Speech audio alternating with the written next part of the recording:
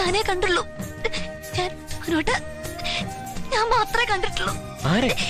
അത് രേണു ചേച്ചിയുടെ വയറ് അത്യാവശ്യം നല്ല വയറാണ്. നല്ല വയറാണ്. കൊറ്റംകുളങ്ങര ആണുങ്ങൾ പെൺവേഷം കെട്ടി അവിടെ നിന്ന് വിളക്കെടുത്തിട്ടുണ്ട്. പക്ഷെ അത്ര അവരോടൊന്നും ഇല്ലാത്തൊരു വെറുപ്പ് എന്താണ് സഞ്ജുവിനോട് മാത്രം? ട്രാൻസ് ആവാൻ ഒരിക്കലും താല്പര്യമില്ല. എനിക്കൊരു ഇപ്പൊ ഒരു സാരി ചുറ്റി റോഡിൽ കൂടി നടക്കാൻ എനിക്ക് താല്പര്യമില്ല. ഞാൻ ഒരു ആൺകുട്ടിയാണ്. അസിയുടെ കൂടെ കൂടി ചേർന്ന് നീയും ഡാഷ് ആവും, ഇങ്ങനെയൊക്കെയാണ് ആൾക്കാർ പറയുന്നത്. കാരണം ഒരു ട്രാൻസും ഒരിക്കലും ഒരു സെക്സ് വർക്കിൽ ഏർപ്പെടില്ല. ആ കാര്യത്തില് ജാസിയെ കടത്തി കിട്ടാൻ അങ്ങനെ ആരുമില്ല എന്നാണ്. സീമ വിനീതിനൊപ്പം നിൽക്കും ജാസി ആ ഒരു കാര്യത്തിൽ. ആണോ കഴുത്തിലൊക്കെ വാർക്കപ്പണിക്കൊക്കെ പോകുന്ന സമയത്ത് എത്ര വർഷം പോയിട്ടുണ്ടാവും? ഞാൻ എൻ്റെ വീട്ടിലെ രാജാവാണ്. ഞാൻ 22 തവണ ഞാൻ ശബരിമലയ്ക്ക് മാലയിട്ട് വ്രതം നോറ്റ് പോയ ഒരാളാണ്.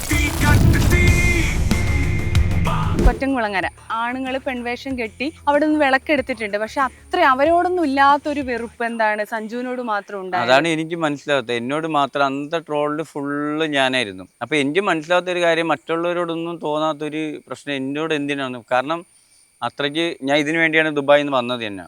നമ്മളെ ടിക്കറ്റ് ഫെയർ, അപ്പോൾ ഇതിൻ്റെ ചിലവെല്ലാം നമ്മളവിടെ പോയി റൂം എടുത്തതെന്ന് വെച്ചാൽ 2 ദിവസത്തേക്ക് 5000 രൂപ എടുത്തിട്ടാണ് റൂം എടുത്തത്. അപ്പോൾ ഇത്ര എല്ലാ എക്സ്പെൻസീവും കഴിഞ്ഞിട്ട് ഫസ്റ്റ് ഡേ കഴിഞ്ഞു. ഞങ്ങൾ വന്നു, ഉറങ്ങി. രാവിലെ ഞാൻ എണീറ്റ് നോക്കുകയാണ്, ഫുള്ള് ട്രോള്.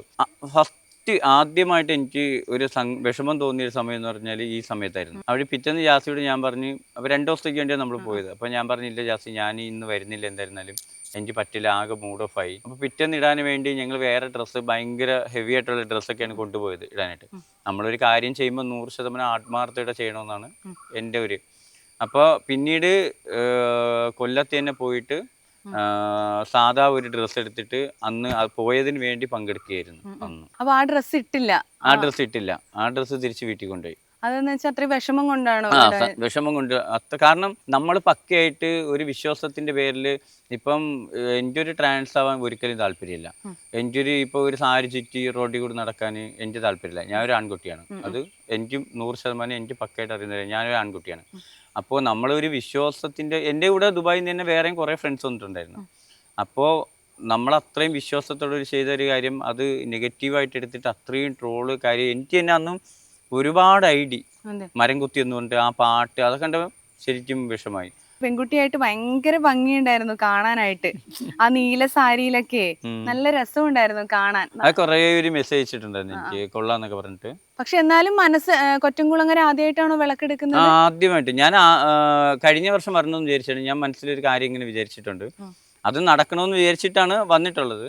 അപ്പോൾ അത് നടക്കുകയാണെങ്കിൽ 3 വർഷം എടുക്കാമെന്ന് ഞാൻ നേരിട്ടുണ്ട്. എങ്കിലും അടുത്ത വർഷം വരണമെന്നാണ് എൻ്റെ ആഗ്രഹം. കൊറ്റംകുളങ്ങരയിൽ എല്ലാവരും പറയാറുണ്ട് നല്ല വിശ്വാസമാണ്, അവിടെ പോയി അമ്മയോട് പ്രാർത്ഥിച്ച എല്ലാം നടത്തി തരുന്നത്. അത്രയും വിശ്വാസമുണ്ട്. കാരണം ഞാൻ ഈ നാട്ടിൽ വന്നിട്ട് ഇടുന്ന വീഡിയോസിന്, അമ്പലത്തിൽ പോയിട്ട് ഇടുന്ന വീഡിയോസിന് ഒരുപാട് നെഗറ്റീവ്. പക്ഷെ അതൊന്നുമല്ല. ഞാൻ കുഞ്ഞുനാൾ മുതൽ എൻ്റെ വീടിന് ചുറ്റും അമ്പലമാണ്. അപ്പം ഞങ്ങൾ വളർന്നു വന്നപ്പോൾ തന്നെ ഇതൊക്കെ കേട്ടിട്ട് രാവിലെ ഈ പാട്ടും കാര്യങ്ങളും അതൊക്കെ കേട്ടിട്ടാണ് വൈകുന്നേരം അമ്പലത്തിൽ അങ്ങനെ വളർന്നു വന്നതാണ്. അപ്പോൾ ഇതൊന്നും അറിയാത്ത ഒരുപാട് ആൾക്കാരാണ് ഭയങ്കരമായിട്ട് നെഗറ്റീവ് അടിക്കുന്നത്. കാരണം ഞാൻ 20ാമത്തെ വയസ്സിൽ ഞാൻ ഗൾഫിലേക്ക് പോകുമ്പോൾ 22 തവണ ഞാൻ ശബരിമലയ്ക്ക് മാലയിട്ട് വ്രതം നോറ്റ് പോയ ഒരാളാണ്. ബൈക്കിൽ തന്നെ ഞാനൊരു 4-5 വട്ടം ബൈക്കിൽ തന്നെ പോയിട്ടുണ്ട്. അപ്പോൾ അത്രയ്ക്കും ഒരു ദൈവവിശ്വാസിയാണ് ഞാൻ. കാരണം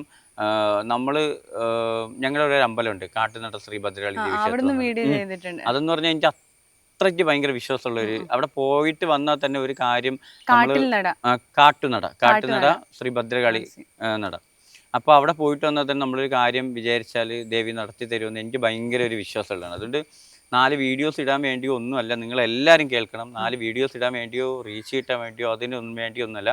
അപ്പം നമ്മൾ നാട്ടിലേക്ക് വരുമ്പോൾ നമ്മൾ പോകുന്ന അമ്പലവും കാര്യങ്ങളൊക്കെ മറ്റുള്ളവരും കാണണമെന്ന് വിചാരിച്ച് മാത്രം ഇടുന്ന വീഡിയോസാണ്, അല്ല റീച്ചിന് വേണ്ടി ഒന്നുമല്ല വീഡിയോസ്. ഭയങ്കരമായിട്ട് ഒരുപാട് ഞാനൊരു അമ്പലത്തിൽ നിന്ന് വന്ന് കോപ്രായം കാണിക്കാതെ ഇറങ്ങി. ഞാൻ ചോദിക്കുന്ന ഒരുപാട് പേര് അമ്പലത്തിൽ വന്നിട്ട് ഇങ്ങനെ ഫോട്ടോസും വീഡിയോസും ഒക്കെ എടുത്ത് റീല് ചെയ്യാറില്ലേ? പെൺകുട്ടികളായാലും ആണുങ്ങളായാലും ചെയ്യാറുണ്ട്. പക്ഷെ സഞ്ജു ഒരു വീഡിയോ ഇടുമ്പോ അത് കോപ്രായം കാണിക്കുന്നു എന്നാണ് പറയുന്നത്. അതാണ് എനിക്ക് മനസ്സിലായത്. എന്നോട് മാത്രം എന്താ ഇത്രയ്ക്ക് വിദ്വേഷം, ആളുകൾക്ക് ഇത്രയും നെഗറ്റീവ് പറയാൻ എന്താ കാരണമെന്ന് എനിക്ക് മനസ്സിലാത്തത്. മാറുമായിരിക്കും, കുറച്ച് കഴിയുമ്പോൾ ഇതെല്ലാം മാറുമായിരിക്കും. ഒരു പോസിറ്റീവ് 1-2 കമന്റ് ഞാൻ കണ്ടതാണ്. ബൈക്ക്, ഞാൻ ഇന്ന് ചേട്ടനെ രാവിലെ ഒരാൾ കമന്റ് ഇട്ടത്, ഞാൻ ഇന്ന് ചേട്ടനെ രാവിലെ കണ്ടായിരുന്നു ബൈക്ക് ഓടിച്ചു പോകുമ്പോൾ, പക്ഷെ അറിയാത്ത എന്നെ നോക്കി ചിരിച്ചു, എന്ത് നല്ല മനസ്സിനുടമയാന്നൊക്കെ പറഞ്ഞിട്ട്. അപ്പൊ എപ്പോഴും ഇങ്ങനെ എല്ലാവരോടും ചിരിച്ച് അങ്ങനെയുള്ള ഒരു ഞാൻ ആരെ കണ്ടാലും എന്റെ മുഖത്ത് ചിരിച്ചാലും ഞാൻ എല്ലായിടത്തും ചിരിച്ചിട്ട് വന്നിട്ടാണ്. എനിക്ക് ശരിക്കും ഒരാളോടും എനിക്കൊരു ദേഷ്യം തോന്നാറില്ല. എല്ലാവരോടും നല്ല രീതിയിൽ പെരുമാറുന്ന ഒരാളാണ് ഞാൻ. പക്ഷെ കൊറ്റംകുളങ്ങര സത്യം പറഞ്ഞാല് ജാസിയെ കൂട്ടിക്കൊണ്ടുപോയത് കൊണ്ടാണെന്ന് തോന്നുന്നു ഇത്രയും നെഗറ്റീവ് വന്നതെന്നാണ് എനിക്ക് തോന്നുന്നത്. അവിടെ പോയിട്ട് അങ്ങനെയാണ് ആൾക്കാർ പറയുന്നത്. ജാസിയുടെ കൂടെ കൂടി ചേർന്ന് നീയും ഡാഷ് ആവും, ഇങ്ങനെയൊക്കെയാണ് ആൾക്കാർ പറയുന്നത്. അങ്ങനെ എപ്പോഴേലും തോന്നിയിട്ടുണ്ടോ അങ്ങനെ അതുകൊണ്ടായിരിക്കാമെന്ന്? അല്ല, അന്ന് പോയെന്ന് വെച്ചാല് അവളുടെ കൂടെ പോയത്, ജാസിയുടെ കൂടെ പോയത് കൊണ്ടാണ് അത്രയും ക്യാമറയിൽ ഞാൻ വന്നതും ഈ ട്രോളെല്ലാം വരാൻ കാരണം. ഇപ്പം ജാസിയെ മറ്റുള്ളവർ എങ്ങനെ കാണുന്നു എന്ന് ഞാൻ നോക്കേണ്ട കാര്യമില്ല. ഞാൻ എൻ്റെ ഒരു ഫ്രണ്ടിനെ ഞാൻ എങ്ങനെ കാണുന്നു എന്ന് മാത്രം ഞാൻ എൻ്റെ കണ്ണിൽ കൂടി എനിക്ക് വ്യക്തമായിട്ടുള്ളൊരു കാഴ്ചപ്പാട് നിലപാടുള്ള ഒരാളാണ് ഞാൻ മറ്റൊരാൾ പറയുന്നത് കേട്ടിട്ട് ഒന്നും ചെയ്യുന്ന ഒരാളല്ല.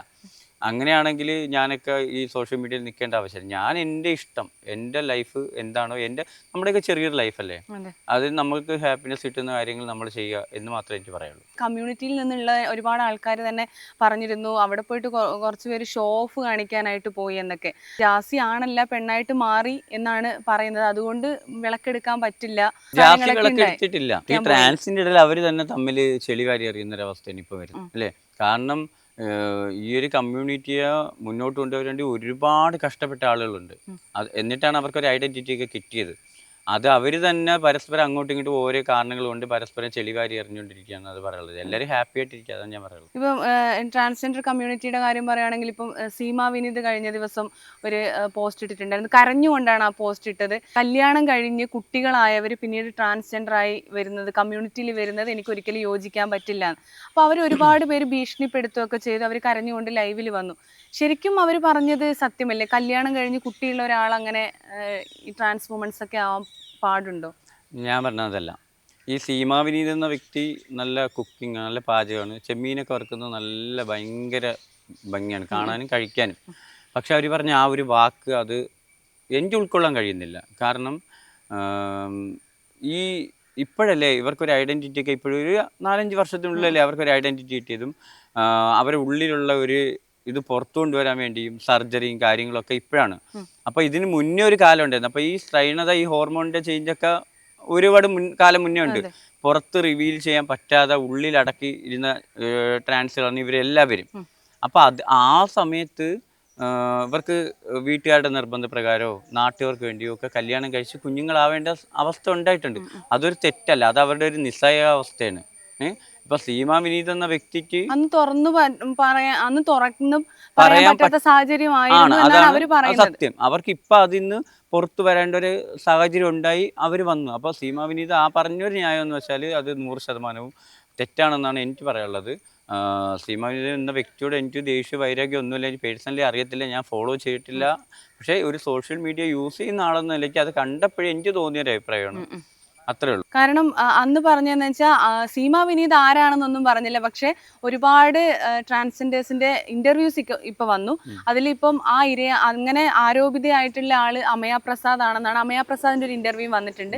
അതിൽ അമയ പ്രസാദ് പറയുന്ന ഒരു കാര്യം, ഞാൻ എന്ത് തെറ്റാണ് ചെയ്തത്, കല്യാണം കഴിച്ചു, കുട്ടിയുണ്ടോന്ന് എനിക്ക് അത്ര ഉറപ്പില്ല കേട്ടോ, അതുകൊണ്ട് കല്യാണം കഴിച്ചു, അപ്പോൾ എൻ്റെ ഒരു സാഹചര്യം ഞാൻ ഒളിച്ചു വെച്ചിട്ടില്ലല്ലോ ഒന്നും, അവർക്ക് ഞാൻ ജീവനാംശം കൊടുത്തിട്ടുണ്ട് എന്നൊക്കെയാ പറയുന്നത്. അതും ഞാൻ പറയുന്ന ഇതേപോലെ തന്നെയാണ്. കാരണം ഇതിന്നും ഇവർക്ക് മറ്റുള്ളവരോട് തുറന്ന് പറയേണ്ട ഒരു സാഹചര്യം ഇല്ലായിരുന്ന സമയത്ത് കല്യാണം കഴിച്ചതാവാം. എനിക്ക് ശരിക്കും അറിയത്തില്ല അവരെ കുറിച്ചിട്ട്. അപ്പോൾ അത് എല്ലാം കഴിഞ്ഞിട്ട് പുറത്ത് വരേണ്ട ഒരു സമയത്ത് അവർ പുറത്തു വന്ന് പൂർണ്ണമായിട്ട് സ്ത്രീയായി, സർജറി എല്ലാം കഴിഞ്ഞു, അവർക്കെല്ലാം കൊടുത്തു ഒതുക്കി വെച്ചിട്ടല്ലേ വന്നു. അപ്പോൾ മറ്റുള്ളവരെ ഞാൻ പറയുന്നത് വെച്ചാൽ, അതാണ് ഞാൻ പറഞ്ഞത്, ഈ ട്രാൻസ് തമ്മിൽ തന്നെ ഇതിന് മുന്നിൽ ഇവരുടെ ഐഡന്റിറ്റി പുറത്തു കൊണ്ടുവരാനും അവർക്കൊരു അംഗീകാരം കിട്ടാനും കഷ്ടപ്പെട്ട ഒരുപാട് ആളുകളുണ്ട് ഇതിന് പിന്നിൽ പ്രവർത്തിച്ച. അപ്പോൾ ഇവർ തമ്മിൽ ചെളിവാരി എറിഞ്ഞുകൊണ്ടിരിക്കുകയാണ് തമ്മിൽ. കമ്മ്യൂണിറ്റിയിലുള്ള ഒരുപാട് ആൾക്കാർ. കാരണം ഞാൻ നേരത്തെ പറഞ്ഞല്ലോ, നമ്മുടെ ഒരു ചെറിയ കുഞ്ഞു ലൈഫല്ലേ, നമുക്ക് ഹാപ്പിനെസ് കിട്ടുന്നത് ഇപ്പം നമ്മൾ എപ്പോഴാണ് മരിച്ചു പോകണമെന്ന് അറിയാൻ പറ്റത്തില്ല. അപ്പോൾ ആ സമയം നമ്മൾ ഹാപ്പിനെസ് കിട്ടുന്ന സമയത്ത് നമ്മൾ ലൈഫിൽ ഹാപ്പി ആയിട്ടിരിക്കുക. അപ്പോൾ എന്താണ് നമുക്ക് ചെയ്യാൻ പറ്റുക അത് ചെയ്യുക. കുട്ടികളും ആ ഭാര്യ ആയിരുന്നു അവർക്കൊരു മെന്റൽ ട്രോമ ഉണ്ടാവില്ല. ഇവര് ഡിവോഴ്സ് ചെയ്ത് ആണായി മാറുമ്പം ഇവരുടെ കൂടെ ജീവിച്ചല്ലോ എന്നുള്ള അവർക്കൊരു മെന്റൽ ട്രോമ ഉണ്ടാവുമല്ലോ. അതും ആ ഒരു ഭാഗത്തിരിക്കുമല്ലോ. അല്ല, ഒരു ജീവിതകാലം മുഴുവനും ഇങ്ങനെയുള്ള ഒരു ആളെ കൂട്ടത്തിൽ കഴിയുന്നേക്കാളും നല്ലതല്ലേ അവരെ ഫ്രീ ആയിട്ട് വിടുക, അല്ലേ? അപ്പൊ ജാസി ആയാലും വിവാഹം കഴിച്ചതായിരുന്നു. അപ്പൊ ജാസി അതിൽ പറഞ്ഞൊരു കാര്യമുണ്ട്, ഞാനൊരു കുഞ്ഞായിരുന്നെങ്കിൽ ഒരിക്കലും ആണായിട്ട് അല്ല പെണ്ണായിട്ട് മാറില്ലായിരുന്നു എന്ന് പറഞ്ഞിട്ടുണ്ടായിരുന്നു. ജാസിയുടെ കാര്യം പറയണമെങ്കിൽ അവന് അതും ഇതുപോലെ തന്നെ വീട്ടുകാരെ നിർബന്ധപ്രകാരം ഒരു കല്യാണം കഴിച്ചാൽ മാറും എന്ന് പറഞ്ഞിട്ട് കല്യാണം കഴിച്ചാണ്. പക്ഷേ ഫസ്റ്റ് ഡേ തന്നെ അവന് മനസ്സിലായി അവന് ഒരു പെൺകുട്ടിയായിട്ട് ഒത്തുപോകാൻ പറ്റത്തില്ല എന്ന് മനസ്സിലാക്കിയിട്ട് എൻ്റെ ഉമ്മയോട് പറഞ്ഞ് ആ പെൺകുട്ടിയോട് ഓപ്പണായിട്ട് പറഞ്ഞ് അത് കഴിഞ്ഞിട്ടാണ് ഓന് അവര് പരസ്പരം അക്സെപ്റ്റ് ചെയ്തിട്ടാണ് അങ്ങനെ. ആ പെണ്ണും മനസ്സിലാക്കി, അവളും ഇപ്പൊ ഹാപ്പി ആയിട്ട് ജീവിക്കുന്നു, അവന് ഹാപ്പി ആയിട്ട് ജീവിക്കും. അവര് ജീവിതകാലം മുഴുവനും ഇങ്ങനെ ഒന്നും തമ്മിൽ പറയാതെ ഇങ്ങനെ കഴിയുന്നെങ്കിൽ അതാണ് നമ്മുടെ ഒരു ലൈഫ്, നമ്മൾ ഹാപ്പി ആയിരിക്കും. പിന്നെ ഇതിൽ കൂടുതൽ ഇണകൾ ഉള്ളവരെ അക്സെപ്റ്റ് ചെയ്യാൻ പറ്റില്ല. ഈ ട്രാൻസ്ജെൻഡർ കമ്മ്യൂണിറ്റിയിൽ ഒരാളുണ്ടെങ്കിലും പുറമേ ഓരോരോ ആൾക്കാരുടെ പുറകെ പോകുന്ന ആൾക്കാരെ ഒരിക്കലും അക്സെപ്റ്റ് ചെയ്യാൻ പറ്റില്ല. പ്രത്യേകിച്ച് ഈ ട്രാൻസിൽ ഒരു റിയൽ ലൈഫ് മുന്നോട്ട്, ഈ ട്രാൻസ് കമ്മ്യൂണിറ്റി ഉള്ളവർ തന്നെ ഒരാളെ വിവാഹം ചെയ്താൽ മുന്നോട്ട് പോകുമായിരിക്കും. പക്ഷേ പുറത്തുനിന്ന് ഒരാൾ ട്രാൻസ് ഇവനെയൊക്കെ കല്യാണം കഴിച്ചാൽ അത് എത്രത്തോളം വിജയിക്കുന്നൊന്നും എനിക്ക് അറിയത്തില്ല. കാരണം ഒരു കുടുംബത്തിൽ ഒരു കുഞ്ഞാണല്ലോ ഏറ്റവും വലുത് കല്യാണം കഴിഞ്ഞാൽ. അപ്പോൾ ആദ്യം കുറേ സമയമൊക്കെ അത് മുന്നോട്ട് പോകുമായിരിക്കും. പിന്നീട് അതിൻ്റെ ഒരു കുഞ്ഞ് വേണമെന്നൊക്കെ ഉള്ള ഒരു സ്റ്റേജ് വരുമ്പോൾ ഈ സ്നേഹവും കാര്യങ്ങളൊക്കെ മാറും എന്നാണ് എൻ്റെ ഒരുപാട് പേര് ഉന്നത ഷെല്ലിൽ നിൽക്കുന്ന ആൾക്കാരുണ്ട്. ഇപ്പോഴും എന്താ പറയാ, ചെറിയ ജീവിക്കാൻ വകയില്ലാതെ ജീവിക്കുന്ന ട്രാൻസ്ജെൻഡേഴ്സ് ഒരുപാട് പേരുണ്ട്. അങ്ങനെ ഒരുപാട് പേരെ കണ്ടിട്ടുണ്ടാവും. അപ്പൊ അങ്ങനെയുള്ള ഒരു ക്ലാഷ് അവിടെ നടക്കുന്നില്ലേ? എല്ലാവർക്കും ഇപ്പം മമ്മൂട്ടി മോഹൻലാലാൻ പറ്റത്തില്ല, എല്ലാവർക്കും സർക്കാർ ജോലി ചെയ്യാൻ പറ്റത്തില്ല, എല്ലാവർക്കും മേക്കപ്പ് ആർട്ടിസ്റ്റ് ചെയ്യാൻ പറ്റത്തില്ല. ഞാൻ ട്രിവാൻഡ്രത്ത് പോകുമ്പോൾ തന്നെ അവിടെ മാനവീയം ഭാഗത്തൊക്കെ ഒരുപാട് ട്രാൻസ് നിൽക്കുന്നുണ്ട്. നമ്മൾ ഫുഡ് കഴിക്കാൻ പോകുമ്പോഴേ കാണാറുണ്ട് ഒരുപാട് ട്രാൻസ്, സെക്സ് വർക്കിന് അങ്ങനെ നിൽക്കാറുണ്ട്. അവരെന്നും നമ്മൾ ഒരിക്കലും കുറ്റം പറയാൻ പാടില്ല. കാരണം നമുക്ക് എല്ലാവർക്കും ഒരേപോലെ ജീവിക്കാൻ പറ്റത്തില്ല സമൂഹത്തിൽ ഇങ്ങനെയുള്ളവരും വേണം, അല്ലേ? സമൂഹത്തിൽ ഇങ്ങനെയുള്ളവരും വേണം. കാരണം അവർ നിൽക്കുന്നത് അവർക്ക് ഒരുപാട് സമ്പാദിക്കാനോ ഒരുപാട് പൈസ ഉണ്ടാക്കാനോ ഒന്നും അല്ല. ചിലപ്പം ഒരു നേരത്തെ ഭക്ഷണത്തിനായിരിക്കും, റൂമിന്റെ റെന്റ് കൊടുക്കാൻ വേണ്ടിയായിരിക്കും. അപ്പൊ അതിനുവേണ്ടി നിൽക്കുന്നതാണ്. അവരൊന്നും കുറ്റം പറയാൻ പാടില്ല. അതെ, അതിന് അവരുമായിട്ട് കുറ്റം പറയും. ഇപ്പം ഭീമാ വിനീതനെ പോലെ രഞ്ജു അമ്മയെ പോലെയോ വലിയ വലിയ മേക്കപ്പ് ആർട്ടിസ്റ്റോ അത്രയ്ക്ക് വരുമാനമുള്ളവരൊന്നും ആയിരിക്കില്ല അവര്. ശരിക്കും അവർക്കൊരു ജോലി പോലും ആളുകൾ കൊടുക്കത്തില്ല. അപ്പൊ അവർക്ക് കിട്ടുന്നൊരു, അവർക്ക് അറിയുന്ന ഒരു തൊഴിലെന്ന് വെച്ചാൽ അതാണ്. കാരണം ഒരു ട്രാൻസും ഒരിക്കലും ഒരു സെക്സ് വർക്കിൽ ഏർപ്പെടില്ല. സത്യമല്ലേ? ശരിക്കും പോകുന്ന ഈ സമൂഹത്തിൽ നിന്നും നല്ലവരായിട്ടുള്ള ഈ സ്ട്രെയിറ്റ് ആയിട്ടുള്ള അവരാണ് പോകുന്നത്, ഇവരുടെ അടുത്തേക്ക് പോകുന്നത്. പലരും പകൽമാന്യന്മാരായിട്ടുള്ളവരാണ് പോകുന്നത്. ഒരിക്കലും ഒരു ട്രാൻസും തമ്മിലല്ല ഇതിൽ ഏർപ്പെടുന്നത്. നമ്മളിപ്പോൾ ഉള്ള മൊത്തത്തിൽ പോകുന്നത്. അപ്പോ ആരെ കുറ്റം പറയാം? അവരെയാണ് കുറ്റം പറയേണ്ടത്. ആരെ കുറ്റം പറയാം? നമ്മൾ അവരാ ജോലി അവർ ജോലിക്ക് വേണ്ടി ചെയ്യുന്നു. പക്ഷെ പകൽമാന്യന്മാരായിട്ടുള്ളവർ രാത്രി അവരെ തേടി പോകും. എന്നിട്ട് പിറ്റേന്ന് വന്നിട്ട് അവരെ കുറ്റം പറയാം. അതെ, അങ്ങനത്തെ നാറികളാണ് ഇതിൽ മൊത്തം ഉള്ളത്. അവരുടെ വിഷമങ്ങളൊക്കെ എപ്പോഴെങ്കിലും പറഞ്ഞിട്ടുണ്ടോ? ശരിക്കും പറഞ്ഞാൽ എനിക്ക് ട്രാൻസ് ആയിട്ട് അത്രയ്ക്ക് അറിയത്തില്ല. എനിക്ക് ഒരു ചുരുക്കം ഒരു 3-4 പേരെ അറിയത്തുള്ളൂ. ജാസി, ഒരു കാജൽ 2 കുട്ടി, അങ്ങനെ ഇത്രയുള്ളൂ. പക്ഷെ നമ്മൾ സോഷ്യൽ മീഡിയ യൂസ് ചെയ്യുന്നോണ്ട് ഇവരെല്ലാരെ കുറിച്ച് അറിയുന്നുണ്ട്, കാണുന്നുണ്ട്, അത്രേ ഉള്ളൂ. അല്ലാതെ അവരിങ്ങനെ ഒന്നും ഷെയർ ചെയ്തിട്ടൊന്നുമില്ല ഇതുവരെ? ഇല്ല. ഈ ട്രാൻസ് എന്ന് പറഞ്ഞാൽ ഒരിക്കലും സമൂഹത്തിൽ നമുക്ക് ഒരു തരത്തിലുള്ള ബുദ്ധിമുട്ടുകളും ഉണ്ടാക്കുന്നവരല്ല അവര്. കാരണം എൻ്റെ അറിവില്ല കേട്ടോ, ഒരു ട്രാൻസും ഒരു കൊലക്കുറ്റം ചെയ്തെന്നോ, ഒരാളെ പിടിച്ചു പറിച്ചെന്നോ, ഒരാളെ ഒന്നും ചെയ്തെന്നോ, ഒരാളെ ഒരു സാധനം മോഷ്ടിച്ചെന്നൊന്നും ഒരു കേസ് എൻ്റെ അറിവിലൊന്നുമില്ല. കാരണം അവർക്കറിയുന്ന ജോലി അവർ മാന്യമായിട്ട് ചെയ്യുന്നു, അവർ ജീവിച്ചു പോകുന്നു. നമ്മൾ ജനിച്ചു പോവാ മരിക്കുന്നവരെ നമ്മൾ ജീവിക്കണ്ടേ, അതവർ കഴിക്കുന്നതന്നേ ഉള്ളൂ. ശരിക്കും ബാക്കിയുള്ള എന്തോരം ആൾക്കാർ നമ്മുടെ സമൂഹത്തിൽ എന്തോരം കാര്യങ്ങൾ ചെയ്തു കൂട്ടുന്നുണ്ട്. അപ്പോൾ അവർ കുറച്ച് കമ്മ്യൂണിറ്റി കുറവായതുകൊണ്ടാണ് അവർ ചെയ്യുന്ന ചില തെറ്റുകളൊക്കെ പെട്ടെന്ന് സമൂഹത്തിൽ എത്തുന്നത്. അല്ല, അവരെ ട്രാൻസ് എത്രയൊക്കെ പുരോഗമനം ഉണ്ടെന്ന് പറഞ്ഞാൽ അവരെയൊക്കെ ഇന്നും കാണുന്നതെന്ന് വേറൊരു കണ്ണിൽ കൂടിയാണ് ഈ ആളുകൾ കാണുന്നത്. ഇതൊക്കെ വലിയ പൊസിഷനിലാണെങ്കിലും ആൾക്കാർ അങ്ങനെയാണ് കാണുന്നത്. ഇപ്പോഴും മാറ്റം വന്നുകൊണ്ടിരിക്കുന്നതേ ഉള്ളൂ. അതെ, ശരിക്കും എല്ലാരെ പോലെ തന്നെ അവരും സമൂഹത്തില് നമ്മളിൽ ഒരാളായിട്ട് എല്ലാവരും അംഗീകരിക്കപ്പെടുന്നതെന്ന് തന്നെയാണ് എൻ്റെ ഒരു ആഗ്രഹം. അത് ഈ ഒരു വീഡിയോയിൽ പറഞ്ഞായിരുന്നു, കോഴിക്കോട്ടുകാർക്ക് നല്ല സ്നേഹമാണ്, അവരാണ് മലബാറുകാർ ഭയങ്കര സ്നേഹമുള്ളവരാണ്, കൊച്ചിക്കാർക്ക് മിണ്ടാനൊരു മടിയാണ്, അവർക്കൊരു എന്താ പറയാ ഒരു ജാട പോലെയാണെന്ന് പറഞ്ഞിരുന്നു. ജാടയല്ല. അപ്പൊ ആൾക്കാർ കമന്റ് ഇട്ടായിരുന്നു, നിന്റെ ബിജി ചേച്ചി അപ്പൊ പെരുമ്പാവൂരല്ലേ എന്ന്. അന്നേരം പറഞ്ഞു ഗൾഫിലാണെന്ന് പറഞ്ഞു. അപ്പൊ അതെന്താണ് അങ്ങനെ പറയാൻ? അല്ല, ഞാൻ അന്നൊരു വീഡിയോസ് അങ്ങനെ ചെയ്തതാണ്. ഞാനിവിടെ വന്നിട്ട് ഞാൻ കോഴിക്കോട് എൻ്റെ ഒരു ഫ്രണ്ട് ഉണ്ട്. അപ്പം ഞങ്ങൾ ദുബായിൽ ഒരു 3-4 ഫ്രണ്ട്സ് ആ സമയത്ത് ഒരുമിച്ച് ഇവിടെ ഉണ്ടായിരുന്നു. അപ്പോൾ ഞങ്ങൾക്ക് ദുബായിൽ റബിഷ എന്നൊരു ഫ്രണ്ട് ഉണ്ട്. അപ്പോൾ അവൾ വിളിച്ചറിഞ്ഞ് എല്ലാവരെയും ഇവിടെ നാട്ടിലില്ലേ, നമുക്കൊന്ന് കൂടാം. ഓള് കോഴിക്കോടാണ്. അപ്പോൾ ഓളെ കാണാൻ വേണ്ടിയാണ് അന്ന് ഞങ്ങൾ ഇഫ്താർ വിരുന്നിന് പോയത്. അപ്പോൾ കോഴിക്കോട് പോയി, അത് കഴിഞ്ഞ് ഞാൻ തിരിച്ച് എറണാകുളത്താണ് വന്നത്.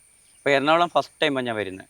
അപ്പോൾ വഴി ചോദിക്കുമ്പോഴൊക്കെ അവരെ മുഖത്തൊരു ചിരിയില്ല, ഭയങ്കര ഒരു എന്താ പറയുക, ഒരു ഗൗരവം. അപ്പോൾ കോഴിക്കോട് പോയിട്ടൊന്നും അങ്ങനെയൊന്നുമല്ല, എല്ലാവരും ഭയങ്കര സ്നേഹമാണ്, കാര്യമാണ്. ഇവര് കുറച്ച് ഗൗരവക്കാരാണെന്നല്ലേ എറണാകുളംകാർ.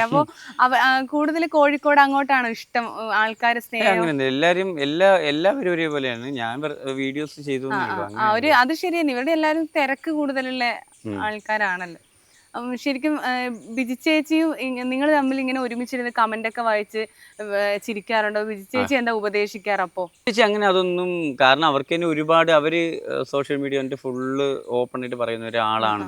പിന്നെ അവര് വീഡിയോ വൾഗറായിട്ടല്ല ആ രീതിയിൽ സെക്ഷൽ ഇതിനെ കുറിച്ചൊക്കെ പറയുകയും വീഡിയോ ചെയ്യുകയൊക്കെ ചെയ്യുന്നോണ്ട് ആൾക്കാർക്ക് ആ ഒരു വെറുപ്പുണ്ട്. അപ്പോ എന്താണ് ഈ കമന്റ് വരുമ്പോൾ പറയുന്നത്?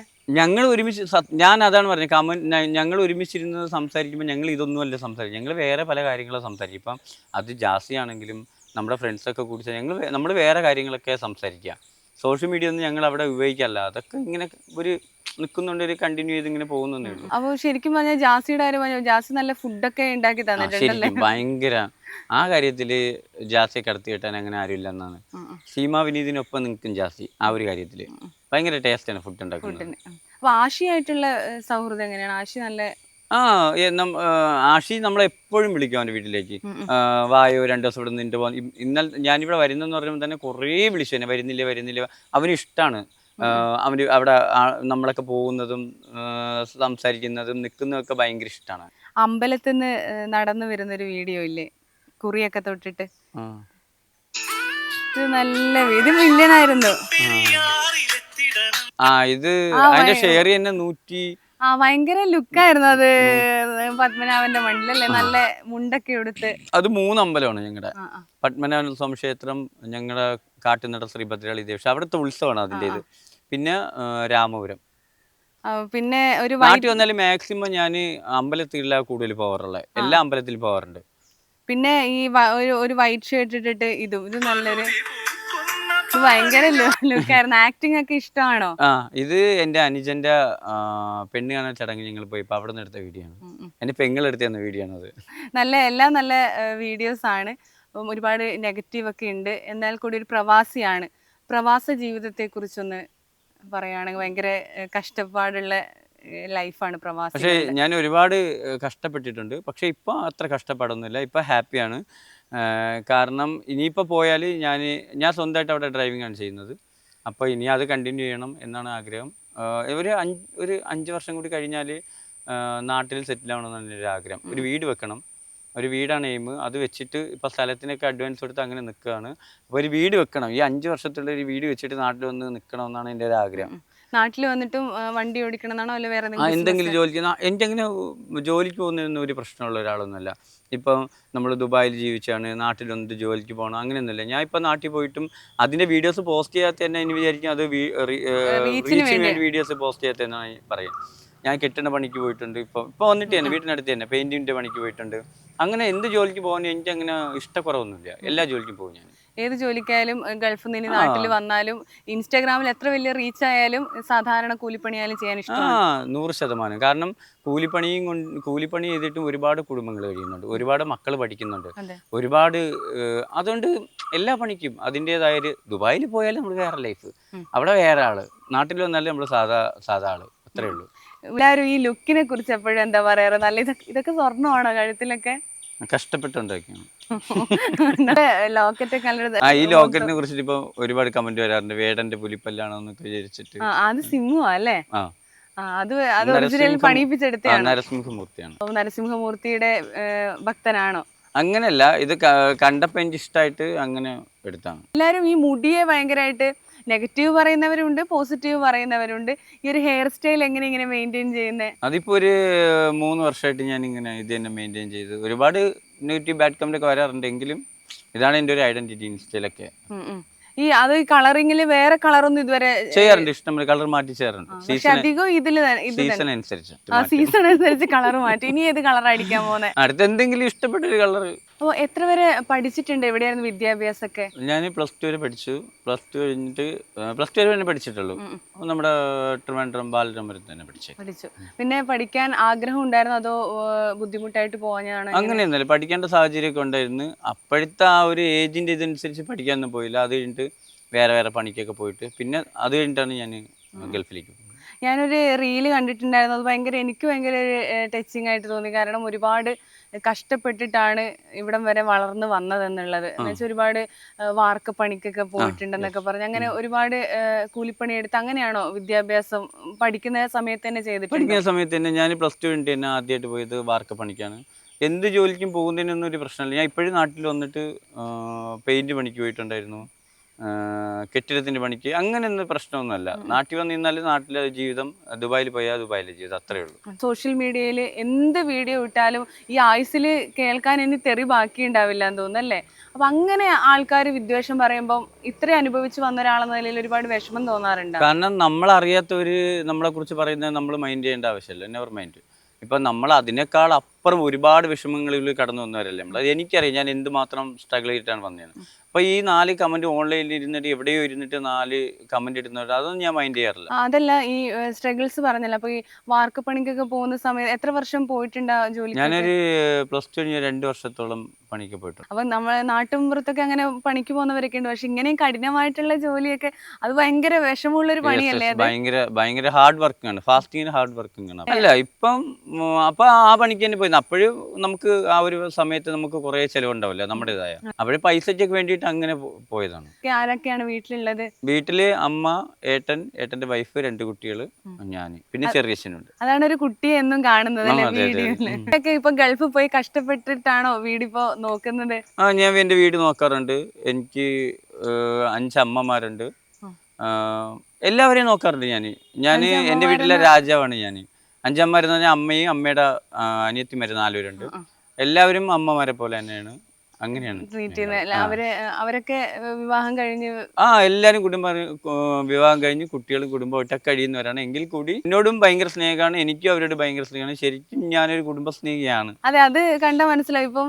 ഇപ്പം വീഡിയോസ് ആയാലും ഞാൻ പറഞ്ഞല്ലോ, ഒരുപാട് നെഗറ്റീവ് കമന്റ് വരുവാണെങ്കിൽ ആരെയും ഭയങ്കരമായിട്ട് തെറി വിളിക്കുന്നവരെ അങ്ങോട്ട് നമ്മള് ബ്ലോക്ക് ചെയ്തിടും. ഇല്ല, ഞാൻ അങ്ങനെ തെറി വിളിക്കുന്നത് അമ്മമാരെ തെറി വിളിക്കുന്നതിന് മാത്രമേ ഞാൻ ബ്ലോക്ക് ചെയ്യാറ്. പിന്നെ ലാസ്റ്റ് ഒരു കാര്യം കൂടി, ഡാൻസ് നന്നായിട്ട് കളിക്കാറുണ്ട്, ക്ലാസിക്കൽ ഡാൻസ് ഒക്കെ.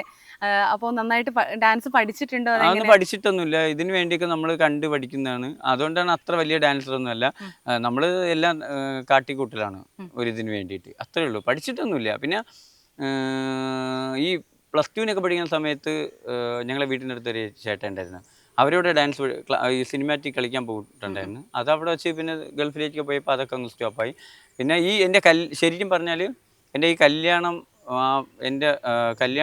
മാറി അത് കഴിഞ്ഞിട്ടാണ് ഞാൻ ശരിക്കും സോഷ്യൽ മീഡിയയിലേക്ക് വരുന്നത്. ചിലപ്പോൾ ആ കല്യാണം കഴിഞ്ഞെങ്കിൽ ഞാൻ ഈ സോഷ്യൽ മീഡിയയിലൊന്നും വരത്തില്ല. പ്രണയം പൊട്ടിയതിന് ശേഷമാണ് ഇങ്ങനെ റീച്ച് ആയത്. അതെ, അതിനുശേഷമാണ് ഞാൻ ഈ ടിക്ടോക്കിലേക്ക് വരുന്നത്.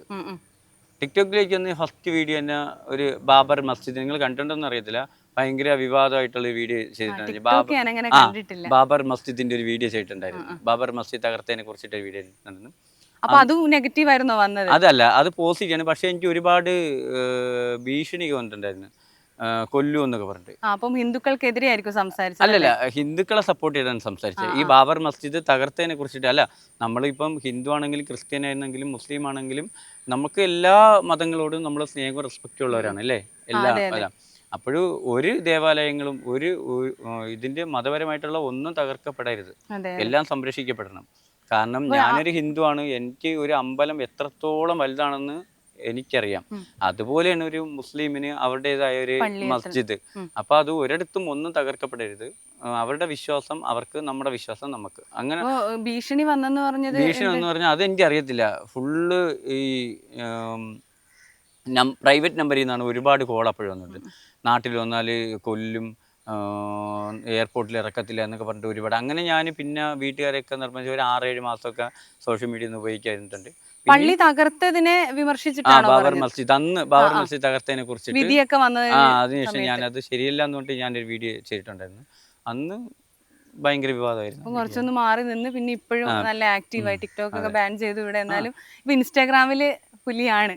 അല്ല അങ്ങനെയൊന്നുമില്ല, എനിക്ക് അങ്ങനെ ഫോളോവേഴ്സ്. കാരണം ഏറ്റവും വലിയ പ്രത്യേകത എന്ന് പറഞ്ഞാൽ മറ്റുള്ളവരുടെ അക്കൗണ്ടുകൾ നോക്കിയാൽ ഇപ്പോൾ ഒരു 100K വ്യൂസ് വന്നാൽ 10K ലൈക്ക് ഉണ്ടാവും, ഷുവറാണ്. പക്ഷേ എനിക്ക് 100K വ്യൂസ് വന്നാൽ 1000 ലൈക്കേ ഉണ്ടാവുള്ളൂ. കാരണം എല്ലാരും കണ്ടിങ്ങനെ പോവാണ്, ആരും ലൈക്ക് അടിക്കില്ല. കമന്റ് ഇടുന്നുണ്ട് കൂടുതൽ ആൾക്കാർ, ലൈക്കിനേക്കാളും കമന്റ് ആണ് കൂടുതൽ വരുന്നത്. അപ്പൊ എല്ലാരും ലൈക്ക് അടിക്കണം, കമന്റ് ചെയ്യണം, എന്നാൽ എനിക്ക് വളരെ ഫോളോ ചെയ്യണം. പിന്നെ ബെസ്റ്റ് ഫ്രണ്ട്സ് എന്ന് പറയാൻ ഇവിടെ ആയാലും ഗൾഫിലായാലും ആരാണ്? ദുബായിലൊന്നും ബെസ്റ്റ് ഫ്രണ്ട്സ് എന്ന് പറയാനൊന്നും എനിക്കില്ല. പിന്നെ എനിക്ക് 2-3 ഫ്രണ്ട്സ് അല്ല, അത് ഞാൻ ഒരുപാട് സ്നേഹിക്കുന്ന 2-3 വ്യക്തികളുണ്ട്. അതിൽ ഞാൻ അത്രയും സ്നേഹിക്കുന്ന റെസ്പെക്റ്റ് ചെയ്യുന്ന ഒരു വ്യക്തിയുണ്ട്. പേര് പറയാൻ പറ്റത്തില്ല ഇവിടെ.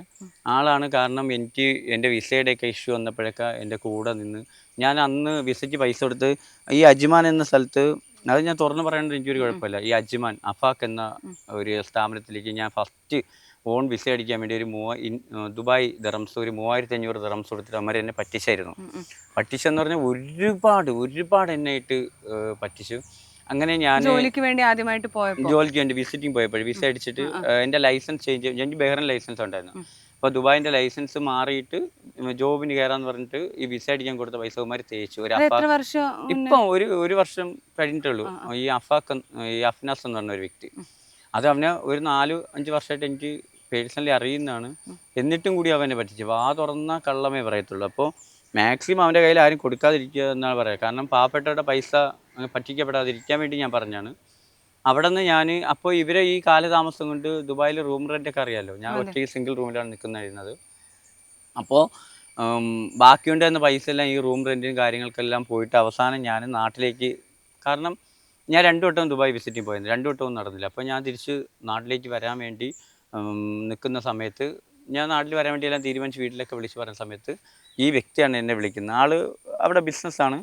അപ്പോൾ ആളാണ് എൻ്റെ അടുത്ത് പറഞ്ഞത്, രാവു എന്നാണ് എന്നെ വിളിക്കുക, ഇപ്പം നാട്ടിൽ പോയിട്ട് എന്ത് ചെയ്യാനാ, നീ നിൽക്ക്, നമുക്ക് എന്തെങ്കിലും നോക്കാം, നിൻ്റെ ഉള്ള പൈസ കൊടുക്ക്, ബാക്കി ഞാൻ കൊടുക്കാമെന്ന് പറഞ്ഞിട്ട് ആളുടെ ഫ്രണ്ടിൻ്റെ കമ്പനിയിൽ തന്നെ പൈസ കൊടുത്ത് വിസ അടിച്ച് ആ ഒരു ബേസിലാണ് ഞാൻ ഇപ്പോൾ നിൽക്കുന്നത്. പിന്നെ ഞാൻ വിസ അടിച്ച് കിട്ടി.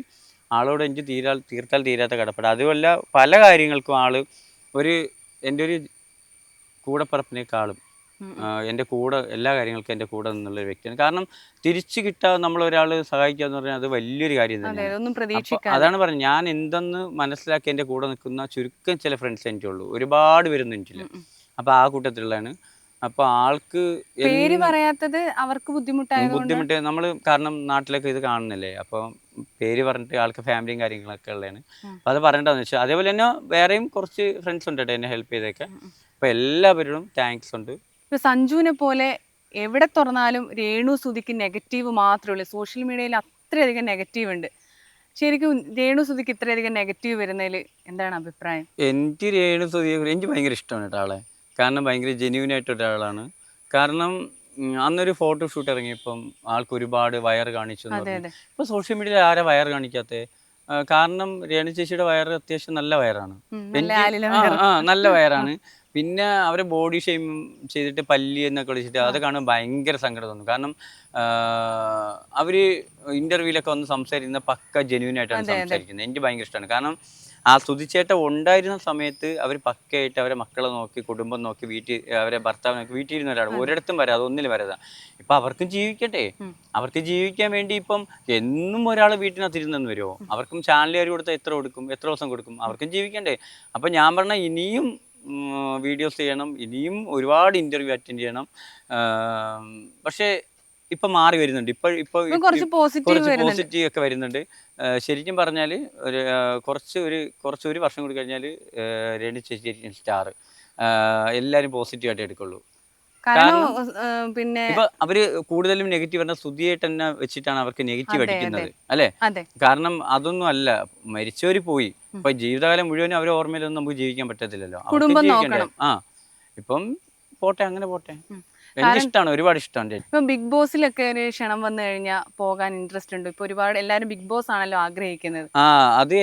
അത് സോഷ്യൽ മീഡിയയിൽ സ്ഥിരമായിട്ട് കാണുന്ന ഒരു കാര്യമാണ്. ബിഗ് ബോസിന്റെ സമയം കുറെ ഓളങ്ങൾ ഉണ്ടാക്കുക, അതാണ് സീമാ വിനീതിന്റെ ഒക്കെ കാര്യത്തിൽ ആൾക്കാർ പറയുന്നുണ്ട്. ആയിരിക്കും. പക്ഷെ എനിക്കറിയത്തില്ല. പക്ഷെ വിളിച്ചാൽ ചിലപ്പം പോകുമായിരിക്കും, അറിയില്ല. എല്ലാവരും ഡ്രീം ചെയ്യുന്ന ഒരു കാര്യമല്ലേ ബിഗ് ബോസ്. പ്രത്യേകിച്ച് ലാലേട്ടൻ ആങ്കർ ചെയ്യുന്ന ഒരു കാര്യമാകുമ്പോൾ, പ്രത്യേകിച്ച് ഞാനൊരു ലാലേട്ടൻ ഫാനാണ്. അപ്പോൾ എന്തായാലും ഷുവറായിട്ടും പോകുമായിരിക്കും. അങ്ങനെ ക്ഷണം ഉണ്ടാവട്ടെ. ആദ്യം ജാസി പോട്ടെ. എനിക്ക് ജാസി അതിൽ കാണണമെന്നാണ് എൻ്റെ ഏറ്റവും വലിയ ആഗ്രഹം. ജാസി അതിനു വേണ്ടിയാണ് ഇങ്ങനെ വീഡിയോ ചെയ്യുന്നതും റീച്ച് ആവാൻ അങ്ങനെ ആൾക്കാർ പറയുന്നുണ്ട്. അത് ശരിയാണോ? പോകാനുള്ള ഒരു തന്ത്രമാണ്. അല്ല, അവൻ ഇതിൽ നിൽക്കുന്ന ഒരാളാണ്. അപ്പൊ അതിനു വേണ്ടിയാ. എന്തായാലും അവന് ഷുവറായിട്ട് ഇപ്പൊ ഇനിയൊരു സീസൺ ഉണ്ടെങ്കിൽ അവൻ എന്തായാലും ഷുവറായിട്ട് ജാസി ഉണ്ടാവും ബിഗ് ബോസിൽ. ഉറപ്പിക്കാം. അപ്പൊ പറഞ്ഞിട്ടുണ്ട് അതിനെ കുറിച്ചൊക്കെ. അതിനെക്കുറിച്ച് സംസാരിക്കാണ്ട്. വിളിച്ചാ പോകുന്നു, ഇന്നലെ സംസാരിച്ച് വിളിച്ചാ പോകുന്നു പറഞ്ഞു. ഇൻസ്റ്റയിൽ ഒരുപാട് പേര് വീഡിയോസ് ചെയ്യുന്നുണ്ട്. അപ്പൊ ഒരുപാട് ആരാധകരുണ്ട്. ഇൻസ്റ്റയിൽ ഏറ്റവും ഇഷ്ടം ആരെയാണ്? അങ്ങനെ ഏറ്റവും ഇഷ്ടമൊന്നുമല്ല, പക്ഷെ എനിക്ക് ഒരാളെ ഇഷ്ടമുണ്ട്. നമ്മുടെ ലണ്ടനോ UK ആണെന്ന് തോന്നുന്നു, ആദംസ് ആപ്പിൾ. ഓനെ എനിക്ക് ഭയങ്കര ഇഷ്ടമാണ്. കാരണം ഞങ്ങൾ ഫോളോയിങ് അല്ലേ, അടുത്ത കാലത്താണ് നമ്മൾ ഫോളോ ചെയ്തത്. അവൻ്റെ വീഡിയോസൊക്കെ ആണ്. ശരിക്കും എനിക്ക് അവനോട് അസൂയായിരുന്നു. എന്തുകൊണ്ടെന്നല്ല, എനിക്കൊരു അസൂയായിരുന്നു അവനോട്. പക്ഷേ അവൻ പക്ക ജെന്യൂനായിട്ടുള്ള ഒരാളാണ്. എനിക്ക് ഒരുപാട് ഇഷ്ടമാണ് ആദംസിനെ. ഭയങ്കര ജെന്യൂനായിട്ടുള്ള വീഡിയോസുകളാണ്. നമുക്ക് ബോറടിക്കാതെ കണ്ടിരിക്കാൻ പറ്റുന്ന വീഡിയോസുകളാണ്. എന്താണെങ്കിലും ഇപ്പോൾ ഓൺ വോയിസ് ആണെങ്കിലും വീഡിയോസ് ആണെങ്കിലും എന്താണെങ്കിലും എനിക്ക് ശരിക്കും ഭയങ്കര ഇഷ്ടമാണ്. അപ്പോൾ ആദംസിനോട് അത് പറഞ്ഞിട്ടുണ്ടോ അവര്? എന്താ പറയുക, ഇല്ല, ഞങ്ങൾ മെസ്സേജ് അയക്കാറുണ്ട്, കോൺടാക്ട് ചെയ്യാറുണ്ട്. ഞാൻ ഇന്നൊരു ഗുഡ് മോർണിംഗ് അയച്ചാൽ അവൻ ചില മറ്റൊന്നായിരിക്കും അതിന് റീപ്ലൈ ചെയ്യാം. കാരണം അവന് ജോബും തിരക്കും കാര്യങ്ങളൊക്കെ ആയിരിക്കും. ഓരോ ആൾക്കാർ അങ്ങനെ ഉണ്ട്, അത് നോക്കില്ല, പിന്നീടായിരിക്കും. അതെ, കാരണം അവനും ഒരുപാട് മെസ്സേജ് വരാറുണ്ടല്ലോ. അപ്പൊ അതിന്റെ ഇടയ്ക്കൂടി എന്തായാലും അവൻ കാണുമ്പോൾ എന്തായാലും ഷുവറായിട്ട് റീപ്ലൈ ചെയ്യും. ആഗ്രഹമുണ്ടോ? അവനെ കാണണമെന്ന് എനിക്ക് ഭയങ്കര ആഗ്രഹമുണ്ട്. എന്തെങ്കിലും നാട്ടിൽ വരുമ്പോ കാണാമെന്ന് വിചാരിക്കുന്നു. കാണാൻ ഒരു അവസരം ഉണ്ടാവട്ടെ. അപ്പൊ സഞ്ജുവിന് ആദംസിനെ കാണാൻ ഭയങ്കര ആഗ്രഹമുണ്ട്. അപ്പൊ കാണട്ടെ. ലാസ്റ്റ് ആ വീഡിയോയില് തുടക്കം പറഞ്ഞ് ആ ഡയലോഗ് ഒന്ന് പറയാമോ? എന്ത് മോനെ അടിക്കും മക്കളെ അടിക്ക് എന്ത് ലൈക്ക്, അടിക്കും മക്കളെ അടിക്ക് എന്ത് ലൈക്ക്. നല്ല രസം അത് കേൾക്കാം. അപ്പൊ താങ്ക് യു ഇത്രയും നേരം.